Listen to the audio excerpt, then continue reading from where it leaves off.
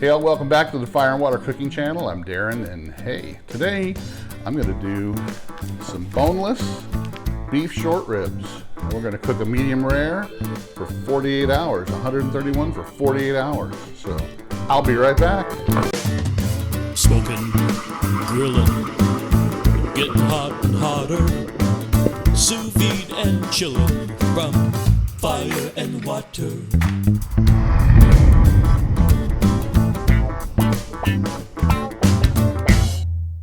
All right, guys, I got these boneless short ribs. They were on sale from Sprouts the other day for $4.99 a pound.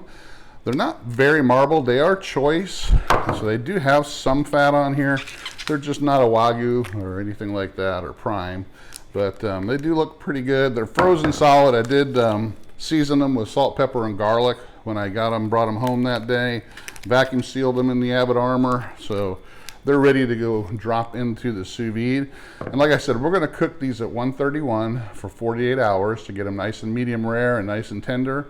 And then we're gonna fire up the Kamado Joe Classic 2 and do these over direct heat with a nice sear. Probably over, I don't know yet if I'm gonna do over directly over the coals, or if I'm gonna try out the soapstone. But we'll figure that out in 2 days when these come out of the sous vide bath. So I got my sous vide up to 131. They're ready to go in. So let's do that, and I'll see you guys in 48 hours.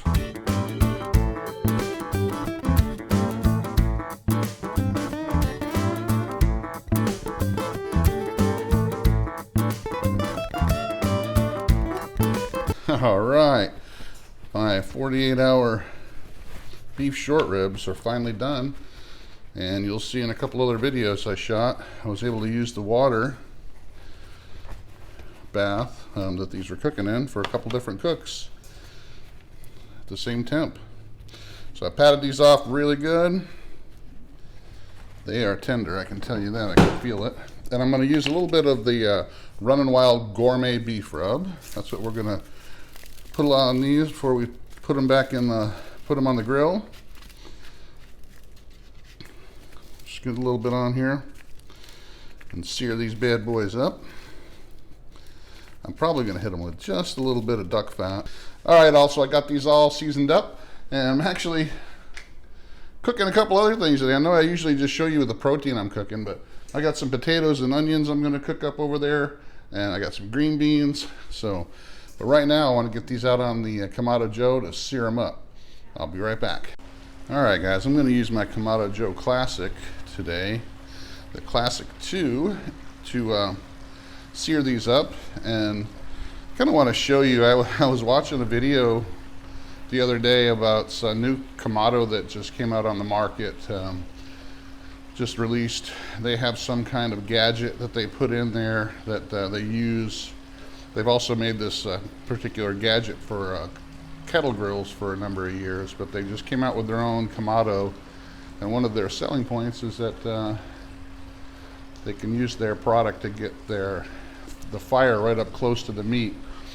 Saying no other Kamado can get the fire close to the meat. So I want to prove them wrong, because I've had Kamado Joes for 5 or 6 years, and I can guarantee you I can get the fire pretty close to the meat with the divide and conquer system.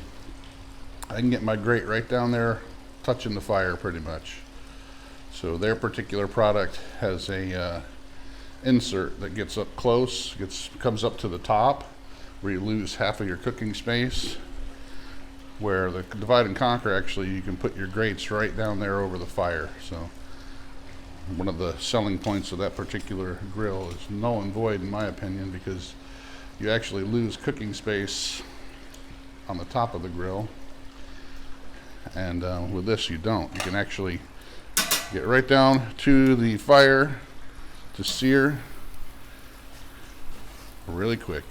This fire is really hot. I'm just going to sear these for a couple minutes on each side.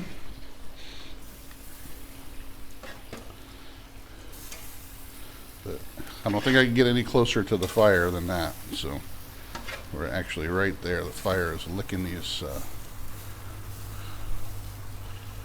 beef short ribs. So I will be back, guys. We'll get these seared up.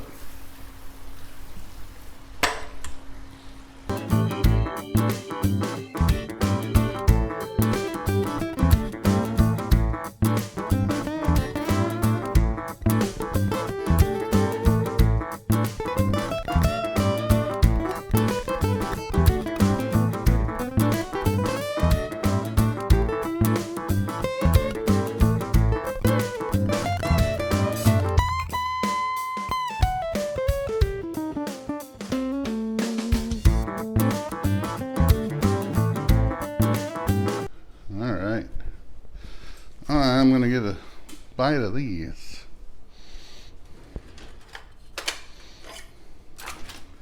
Because they look fantastic. All right, guys, I'm going to get me a bite of these short ribs. These are looking great. 48 hours in the sous vide. Oh, falling apart. Boneless. Nice char. I did them at 131. They're not really medium rare, but they are super tender. And flavorful. Man, that's good stuff. I probably could have done them at 36, but they're melt in your mouth. That's for sure. Wasn't a lot of fat on these, so maybe prime would have been a little bit better as far as juiciness goes, but they're plenty juicy, plenty tender, very flavorful. Check them out. You know, you could probably do 36 hours and be just as good. But make sure you like, subscribe, share, follow us on Facebook, Instagram, Twitter. Check out the new Fire and Water Cooking podcast on Spotify, coming soon to Google Podcasts and iTunes. Thanks, guys. I'll see you on the next video.